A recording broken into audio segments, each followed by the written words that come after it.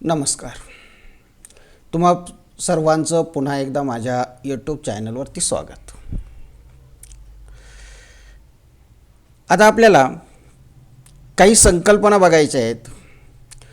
त्यातली पहिली आहे लाईन सेगमेंट.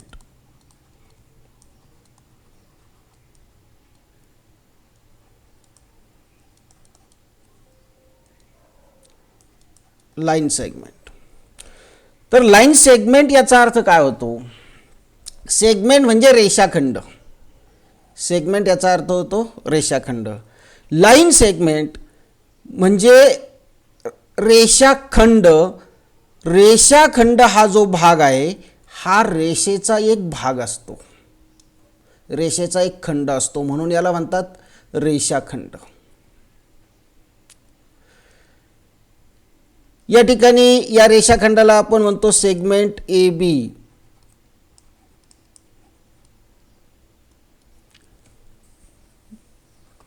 याचे डेफिनेशन काय करता येईल आपल्याला, कशी करता येईल? आपल्याला संच प्रकरण माहिती, संच तुम्ही बघितलेला असेल. या संच प्रकरणामध्ये काही प्रकारचे सेट्स आहेत, जसं युनियन सेट आहे, सबसेट आहे. हे जे सेट्स आहेत या सेट्सचा उपयोग करून आपल्याला यांची डेफिनेशन द्यायची आहे. तर मग काय डेफिनेशन होईल याची? The union set of point A, point B and point between A and B is called segment A B. बघा, union set of the union set of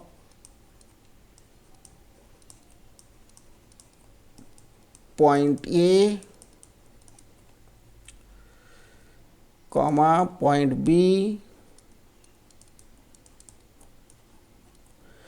and points between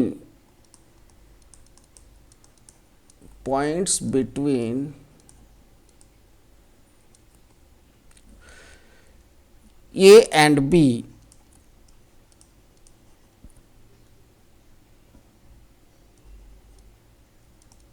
is called segment A B. ही झाली segment A बी ची definition. आता या ठिकाणी तुम्हाला segment P Q दिलेला असेल तर फक्त काय म्हणायचं आहे? The union set of point P, point Q and points between P and Q is called segment P Q. म्हणजे बिंदू ए, बिंदू बी आणि बिंदू ए व बी च्या दरम्यान असलेल्या सर्व बिंदूंचा संच, याला आपण काय म्हणतो? रेषाखंड ए बी असं म्हणतो. त्यात पॉइंट ए आणि पॉइंट बी जे आहेत यांना आपण म्हणतो end points of segment A B. Point A and B are end points of segment A B. हे झाले एंड पॉइंट्स. लिहिताना तुम्ही सेगमेंट ए बी असं लिहा किंवा सेगमेंट बी ए असं लिहिलं तरी सुद्धा चालेल. सेगमेंट ए बी किंवा सेगमेंट बी ए असं लिहिलं तरी सुद्धा चालेल. म्हणजे रेषाखंडाचं नाव लिहिताना कोणत्याही क्रमाने जरी तुम्ही नाव लिहिलं तरी चालतं. मग या रेषाखंडाची लांबी म्हणजे काय? रेषाखंडाची लांबी याचा अर्थ होतो डिस्टन्स बिटवीन एंड पॉइंट्स. म्हणजे distance between the end points of segment is called the length of the segment. म्हणजे distance between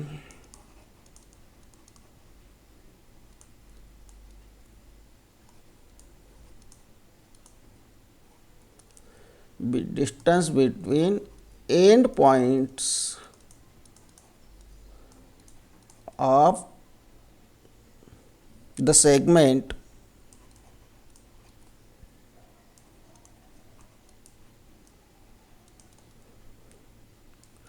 is called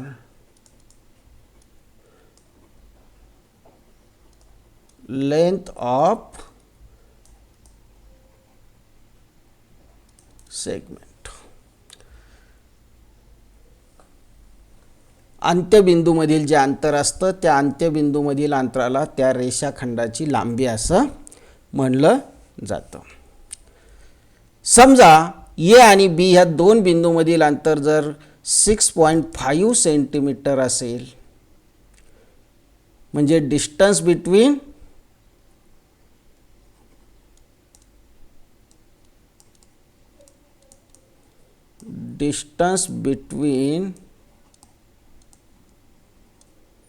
A and B is 6.5 centimeter, called 6.5 centimeter, so that length AB is equal to 6.5 centimetre असंही आपल्याला मानता येतं. जर बिंदू ए आणि बी मधलं अंतर जर 6.5 सेंटीमीटर असेल तर लेंथ ए बी बरोबर 6.5 सेंटीमीटर आहे असं आपल्याला मानता येतं. म्हणजे सेगमेंट हा रेषाखंडाचा एक तुकडा असतो, भाग असतो. आता आपल्याला पुढचं बघायचं आहे.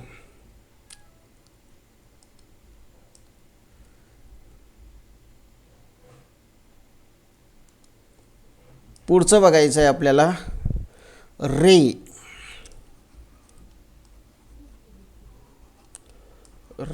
A B. रे ए बी म्हणा, रे पी क्यू म्हणा, काहीही म्हणा, फक्त आपण त्याची जी व्याख्या आहे ती व्याख्या करताना आपण एक विशिष्ट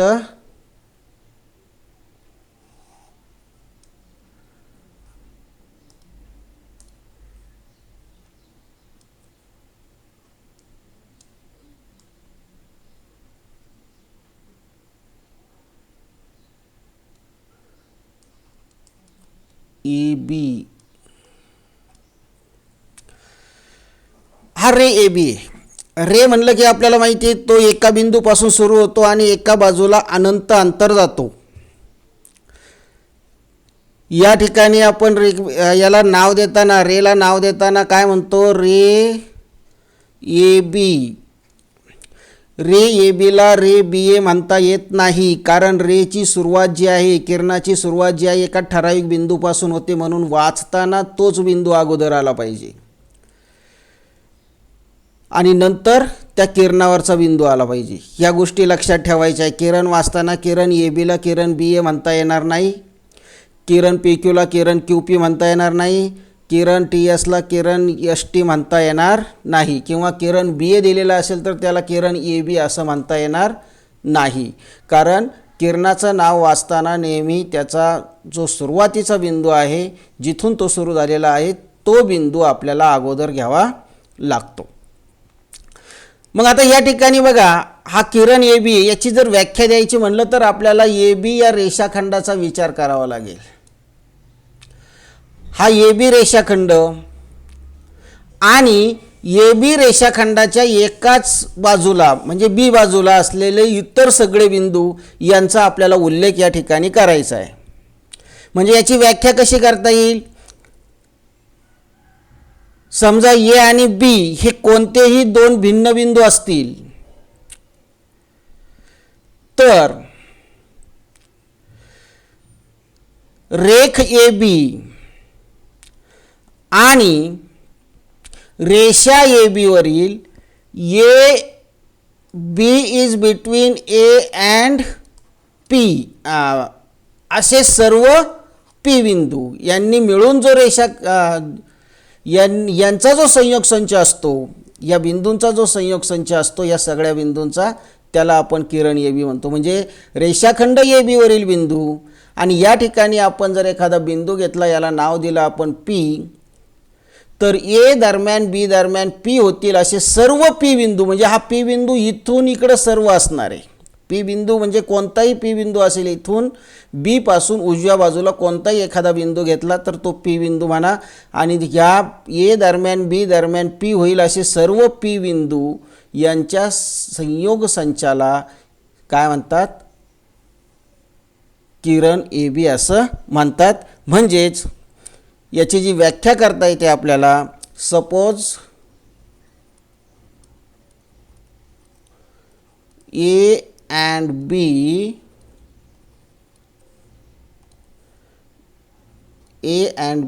R two distinct points, two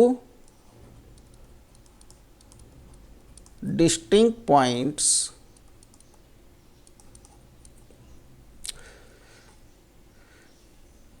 the union set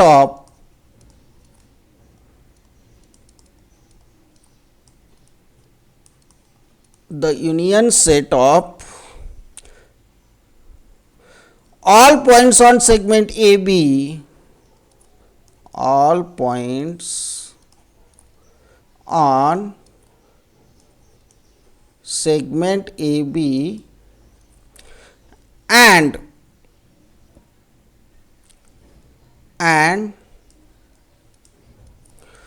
the points P such that the points P such that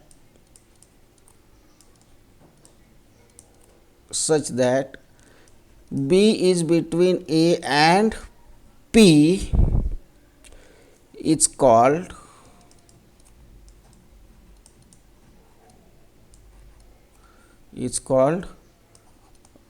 ray A B. रेषाखंडाप्रमाणे आपण रेषा किरण ए बीची व्याख्या केली.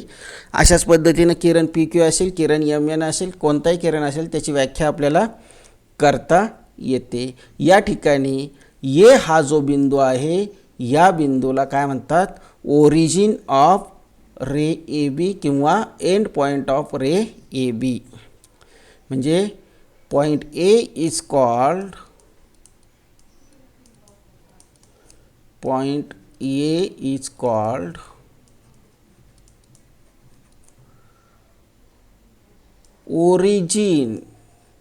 ओरिजिन म्हणजे आरंभ बिंदू और end point of ray A B. आता इथं कोणताही रे घ्या तुम्ही, रे एम एन घेतला तर याच्यामध्ये कोणताही एंड पॉइंट, एम हा झाला एंड पॉइंट. रे डी सी घ्या, याच्यामध्ये एंड पॉइंट कोणता होईल, डी होईल. किंवा रे एम एन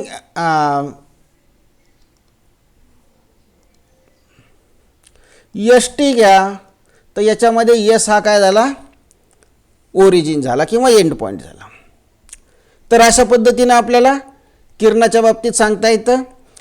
रेषाखंड ए बी आणि रेषा ए बीवरील ए दरम्यान बी दरम्यान पी होतील असे सर्व पी बिंदू यांच्या संयोग संचाला काय म्हणतात, किरण ए बी असे म्हणतात. त्यानंतर आपण बघूया तिसरा पॉइंट आहे लाईन ए बी.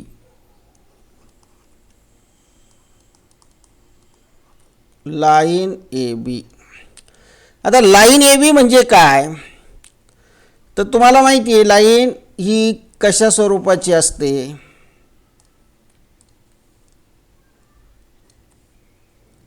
हिला म्हणतो आपण लाईन. या लाईनला आपण जर नाव दिलं लाईन ए बी, याला काय म्हणता येईल, लाईन ए बी. या लाईन ए बीलाच म्हणता येतं आपल्याला लाईन बी ए. रेषेचं नाव कोणत्याही क्रमाने वाचलं तरीही चालतं.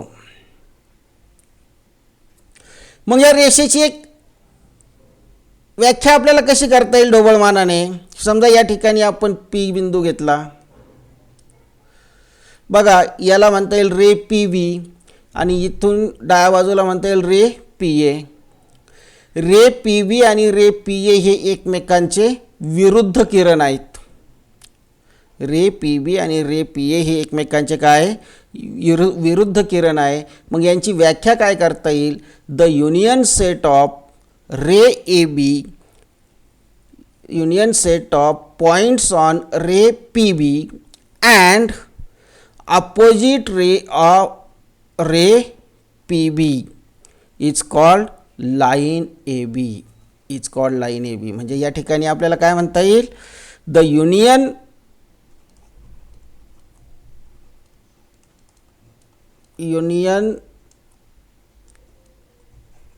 Set of points on ray P A म्हणू. Ray P A and opposite of ray P A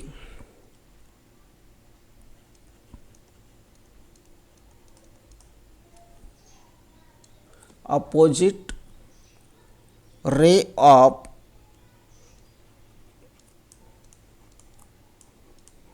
ray PA is called line AB. It's called line AB. तर आपल्याला लाईनच्या बाबतीत माहिती आहे ती दोन्ही टोकांना अनंत अंतर जाते.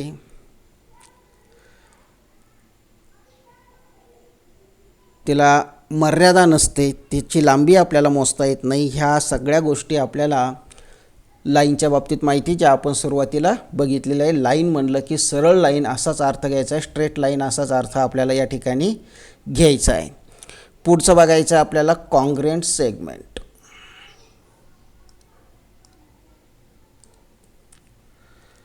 पुढचा जो मुद्दा आहे चौथा मुद्दा तो आहे कॉन्ग्रुएंट सेगमेंट.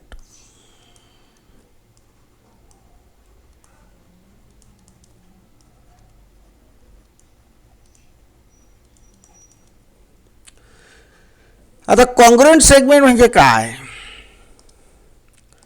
समजा दोन सेगमेंट आहे.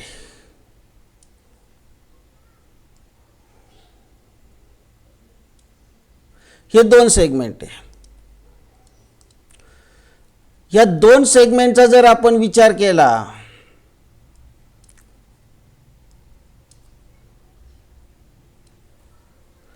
याला म्हणू सेगमेंट ए बी आणि याला म्हणू सेगमेंट पी क्यू. हे दोन्ही सेगमेंट जर आपण एकमेकांवर ठेवले किंवा पी क्यू सेगमेंट उचलला आणि ए बीवर ठेवला आणि तो जर तंतोतंत जुळला तर त्याला म्हणायचं आहे कॉन्ग्रुएंट. गणितामध्ये कॉन्ग्रुएंटला काय अर्थ आहे. कॉन्ग्रुएंटचा अर्थ कसा आहे एकमेकांशी तंतोतंत जुळणे. त्याला आपण एकरूप म्हणतो. कॉन्ग्रुएंट सेगमेंट म्हणजेच एकरूप रेषाखंड. मग एकरूप याचा अर्थ असा आहे गणितामध्ये की जेव्हा आपण दोन आकृत्या एकमेकांवर ठेवतो आणि त्या तंतोतंत जुळत असतील तर त्यांना आपल्याला एकरूप आकृत्या असं म्हणता येतं. अशाच पद्धतीनं पी क्यू हा रेषाखंड इथून उचलला आणि ए बीवर ठेवला तर या ठिकाणी पी क्यू हा रेषाखंड ए बी या रेषाखंडाशी एकरूप आहे किंवा कॉन्ग्रुएंट आहे असं आपल्याला म्हणता येतं. आणि हे केव्हा एकमेकांशी तंतोतंत जुळतील. जेव्हा if length A B is equal to length P Q. If length A B is equal to length P Q then मग आपल्याला काय सांगता येतं आहे की जर लेंथ ए बी आणि लेंथ पी क्यू सारखीच असेल म्हणजे ए बी या रेषाखंडाची लांबी आणि पी क्यू या रेषाखंडाची लांबी जर सारखी असेल तर ते एकमेकांना तंतोतंत जुळतील.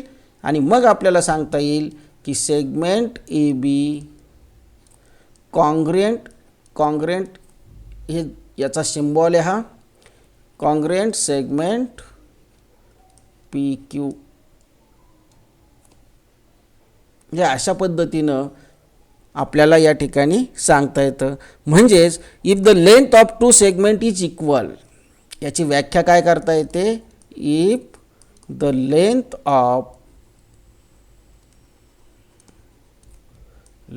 Of two segment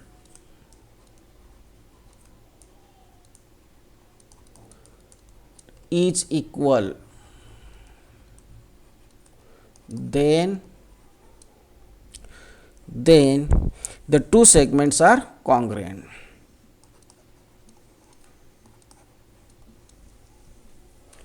Then the two segments are congruent.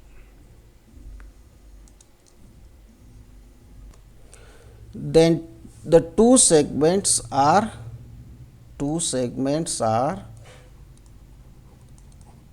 congruent.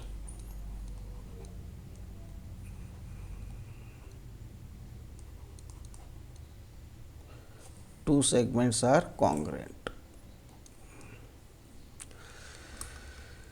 जर दोन रेषाखंडांची लांबी सारखीच असेल तर त्या रेषाखंडांना एकरूप रेषाखंड असं म्हणतात. त्यानंतर पाचवा मुद्दा बघायचा आहे आपल्याला, properties of congruent segment.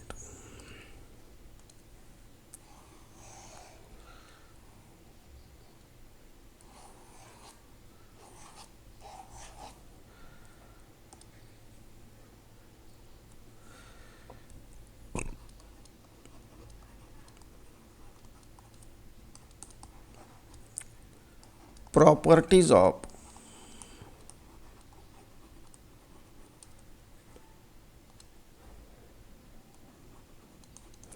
congruent segment. पाचवा मुद्दा,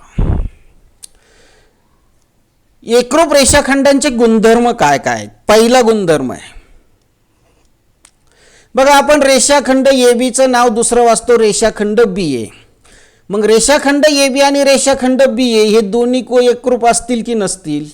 याच रेषाखंडामध्ये जर आपण बघितलं, एवढ्या रेषाखंडामध्ये जर आपण बघितलं तर रेषाखंड AB ला आपण म्हणतो रेषाखंड BA. मग रेषाखंड AB हा रेषाखंड ABC एकरूप असेल की नाही? तर एकरूप असणार आहे. या गुणधर्माला आपण काय म्हणतो? रिफ्लेक्सिव्हिटी.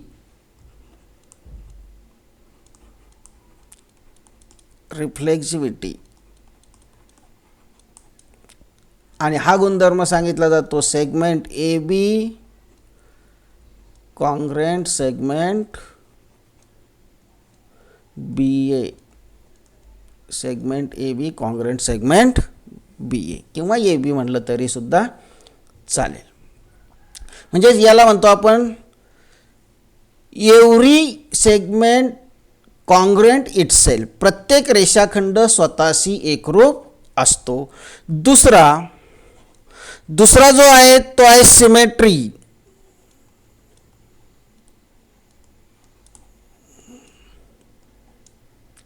याला म्हणतात परावर्तनता. आता सिमेट्री याचा अर्थ काय होतो? जर AB हा रेषाखंड PQ शी एकरूप आहे, if segment AB congruent segment PQ, then तर सेगमेंट PQ हा सुद्धा सेगमेंट AB शी एकरूप असणार आहे.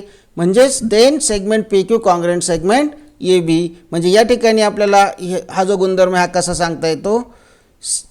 सेगमेंट इफ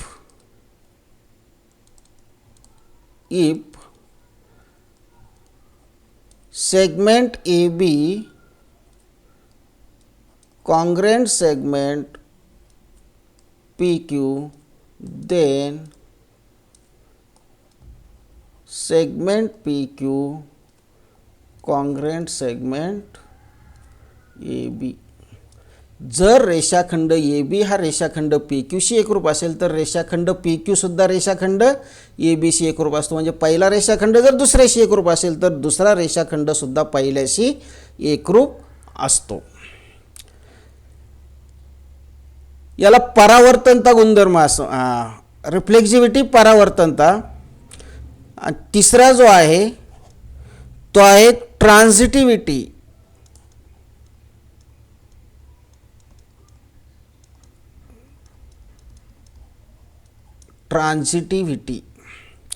आता ट्रान्झिटिव्हिटी म्हणजे काय?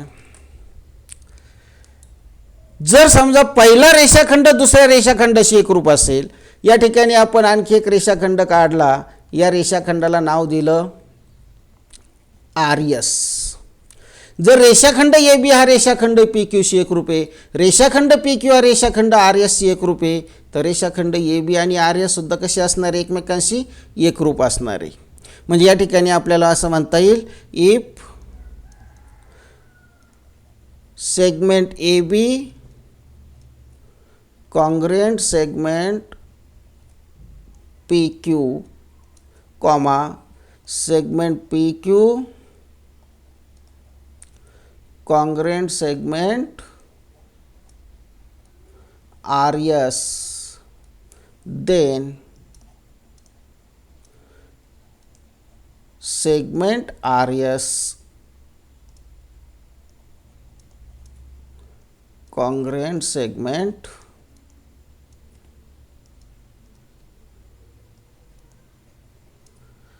AB. जर पहिला रेषाखंड बघा, पहिला रेषाखंड दुसऱ्याशी एकरूप असेल, दुसरा रेषाखंड तिसऱ्याशी एकरूप असेल, तर पहिला आणि तिसरा रेषाखंड दोन्ही एकरूप असतात. याला म्हणतात ट्रान्झिटिव्हिटी. त्यानंतर पुढचा जो मुद्दा आहे तो मुद्दा आपल्याला बघायचा आहे 6वा मुद्दा, mid point of segment A B. Mid point of segment,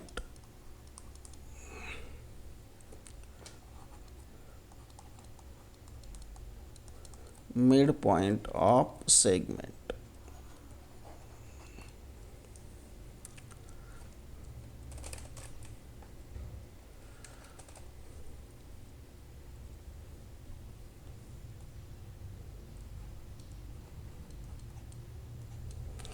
आता मिड पॉइंट ऑफ सेगमेंट म्हणजे रेषाखंडाचा मध्यबिंदू.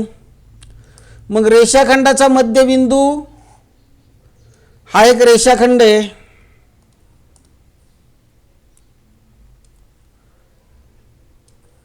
ए बी, आणि या रेषाखंडावर इथे एक बिंदू आहे, याला नाव देऊ आपण पी. मग हा जो मध्यबिंदू आहे, हा याला मध्यबिंदू आपण का म्हणायचं आहे? पी हा मध्यबिंदू आहे, पण याला मध्यबिंदू का म्हणायचं आहे? त्याचं कारण असं आहे, if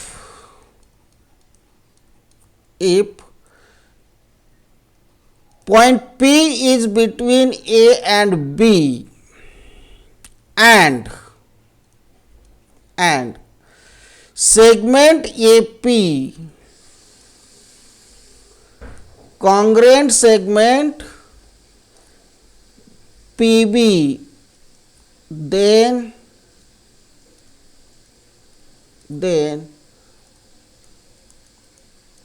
point P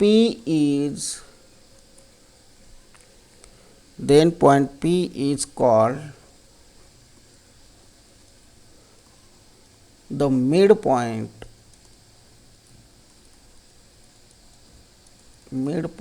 of segment AB.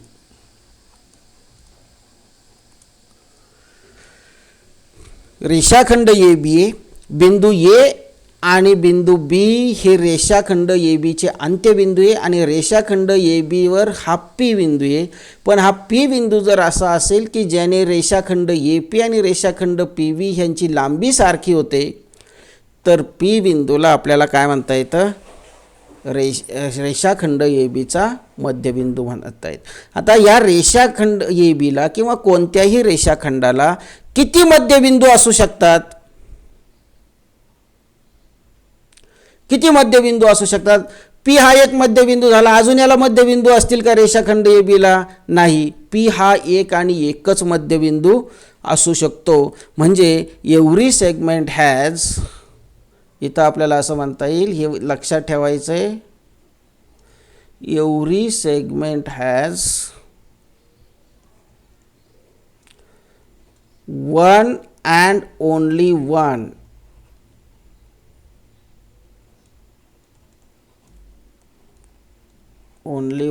midpoint. Every segment has one and only one mid point, एक आणि एकच. वन अँड ओनली वन याचा अर्थ काय होतो? एक आणि एकच. एक आणि एकच मध्यबिंदू असतो. त्यानंतर आपल्याला पुढचा बिंदू महत्त्वाचा पॉईंट बघायचा आहे, comparison of segment.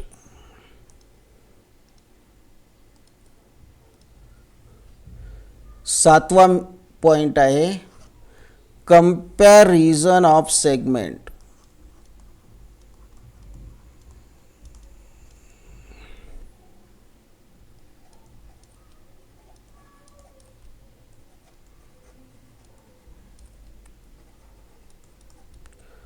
Comparison of segment. रेषाखंडाची तुलना. दोन रेषाखंड आहे, हा एक रेषाखंड आहे, हा दुसरा रेषाखंड आहे. या रेषाखंडाला नाव देऊ आपण ए बी आणि या रेषाखंडाला नाव देऊ आपण पी क्यू. यांची तुलना करायची. तुलना करायची म्हणजे काय करायचं आहे? कंपॅरिझन करायचं म्हणजे काय करायचं आहे? कोणता रेषाखंड मोठा आणि कोणता रेषाखंड लहान आहे. अर्थात मोठा रेषाखंड म्हणजे त्याची लांबी जास्त येणार आहे, लहान रेषाखंड म्हणजे त्याची लांबी कमी येणार आहे. म्हणजे आपल्याला असं म्हणता येतं की ज्या रेषाखंडाची लांबी जास्त आहे तो रेषाखंड मोठा आणि ज्या रेषाखंडाची लांबी कमी आहे तो रेषाखंड लहान. म्हणजे या ठिकाणी आपल्याला असं म्हणता येईल की if length A B is greater than length P Q then segment AB is greater than segment PQ. जर रेषाखंड AB ची लांबी ही रेषाखंड PQ च्या लांबीपेक्षा जास्त असेल तर रेषाखंड AB हा रेषाखंड PQ पेक्षा मोठा असतो. म्हणजे रेषाखंडांचा जो लहान मोठेपणा आहे तो त्यांच्या लांबीवरून ठरवला जातो. त्यानंतर आठवा मुद्दा आपल्याला बघायचा आहे, परपेंडिक्युलरिटी ऑफ सेगमेंट और रेज.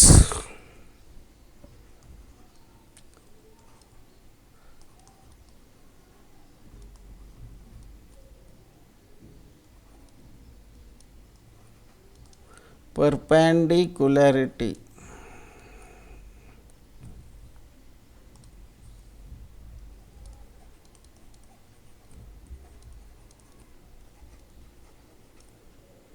of segments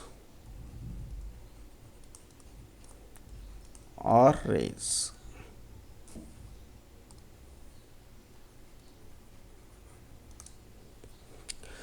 परपेंडिक्युलरिटी म्हणजे काय? परपेंडिक्युलरिटीचा अर्थ होतो लंबता. आणि लंबता कशाला म्हणायचं आहे तर आपण बघितलेलं आहे, समजा दोन रेषा आहे, ह्या दोन रेषा जेव्हा एकमेकींना छेदतात, या ठिकाणी बघा ह्या दोन रेषा आहे आणि ह्या दोन रेषा या बिंदूमध्ये छेदलेल्या आहे. एल रेषा आहे, यम रेषा आहे आणि त्या या बिंदूमध्ये छेदलेल्या आहेत पी बिंदूमध्ये. आणि या ठिकाणी इथं जो कोन आहे तो आहे 90 अंशाचा. इथं एक कोन 90 अंशाचा म्हणजे सगळे कोन 90 अंशाचे येतात. जर दोन रेषा परस्परांना काटकोनात छेदत असतील तर त्या दोन रेषांना लंब रेषा आहेत, एकमेकांना लंब आहेत असं आपण म्हणत असतो.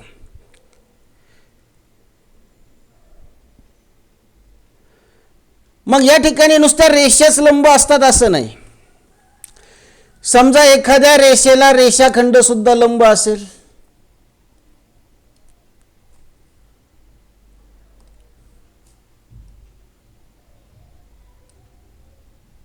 बघा ही रेषा आहे, रेषा पी म्हणू या ठिकाणी, आणि हा जो रेषाखंड आहे याला ए बी म्हणू.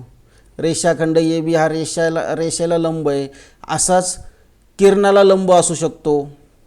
समजा या ठिकाणी जर आपण हा बाण काढून टाकला तर याला किरणाला सुद्धा तो लंब झाला. म्हणजे रेषाखंड रेषेलाही लंब असू शकतो, किरणालाही लंब असू शकतो, किंवा रेषाखंड आणि किरणही लंब असू शकतात. रेषा आणि किरणही एकमेकांना लंब असू शकतात. ही रेषा आहे, हा किरण आहे, हे दोन्ही परस्परांना लंब असू शकतात.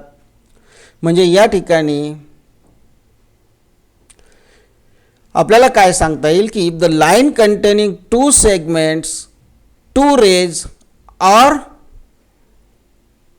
a ray and a segment are perpendicular to each other, then the two segments, two rays or the segments and the rays are said to be perpendicular.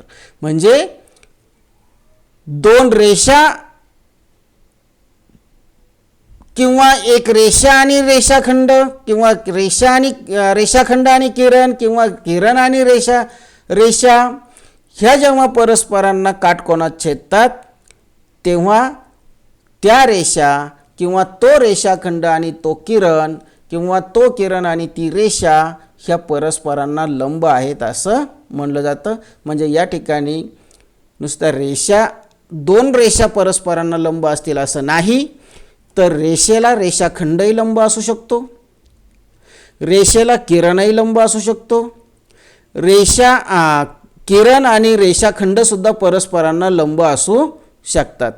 म्हणजे असं काही नाही की दोन रेषाच लंब असू शकतात असं नाही, तर रेषाखंडही लंब असू शकतात, रेषाखंड आणि किरणही लंब असू शकतात, किरण आणि रेषासुद्धा लंब असू शकते. म्हणजे कोणत्याही दोन रेषाखंड असतील, रेषा असेल किंवा किरण असेल तर ते परस्परांना लंब असू शकतात. आता शेवटचा पॉईंट आपल्याला बघायचा आहे तो म्हणजे distance of point from a line. 9वा पॉईंट आहे डिस्टन्स ऑफ ए पॉईंट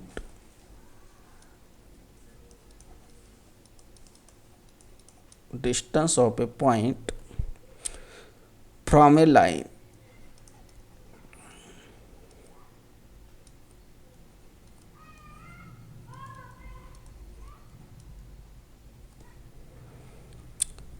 आता रेषेपासून बिंदूचं अंतर. आता या ठिकाणी एक गोष्ट लक्षात घ्या, समजा ही रेषा आहे,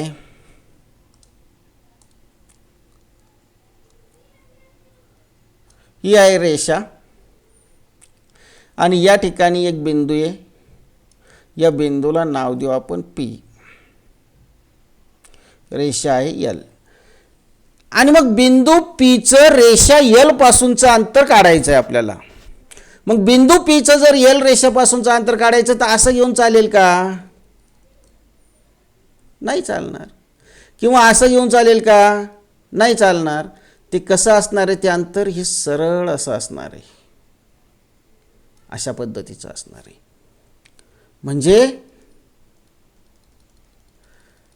अंतर जर आपल्याला घ्यायचं असेल, एखाद्या बिंदूचं एखाद्या रेषेपासूनचं जर अंतर घ्यायचं असेल तर आपल्याला त्या बिंदूपासून एक रेषेवर लंब काढावा लागणार आहे.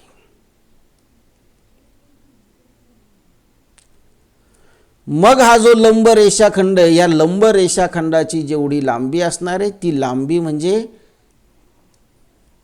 बिंदू P चं रेषा L पासूनचं अंतर असणार आहे. म्हणजे या ठिकाणी आपल्याला असं म्हणता येईल की if segment PQ perpendicular line L, segment PQ perpendicular line L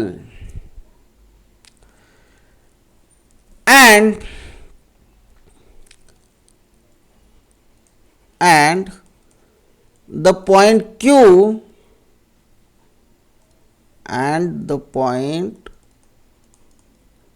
Q lies on AB,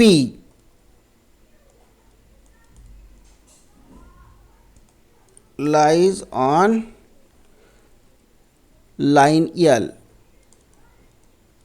lies on line L, then the length of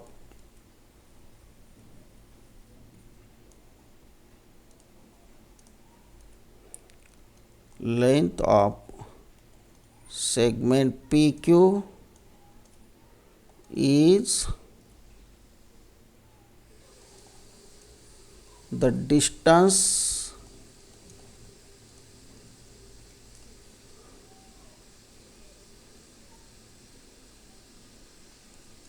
of point P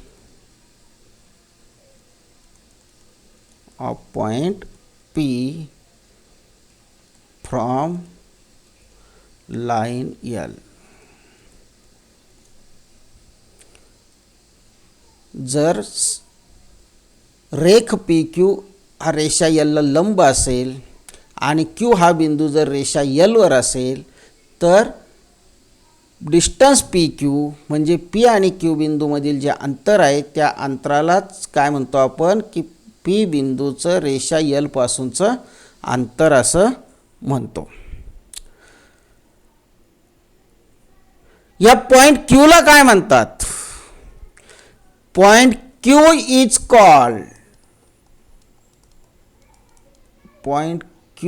is called the foot of the perpendicular.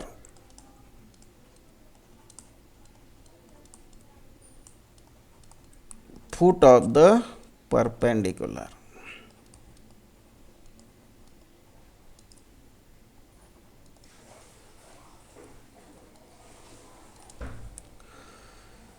या फुटला मराठीमध्ये म्हणतात लंबपाद. बिंदू क्यूला या लंबाचा लंबपाद असं म्हणलं जातं. यालाच फूट ऑफ द परपेंडिक्युलर असं म्हणलं जातं. मग या ठिकाणी जर समजा पी क्यूची लांबी ही x असेल तर बिंदू P हा रेषा L पासून x अंतरावर आहे असं आपल्याला म्हणता येतं. तर अशा पद्धतीनं हे जे 9 पॉईंट आहे हे 9 पॉईंट चांगले बघून घ्या. धन्यवाद.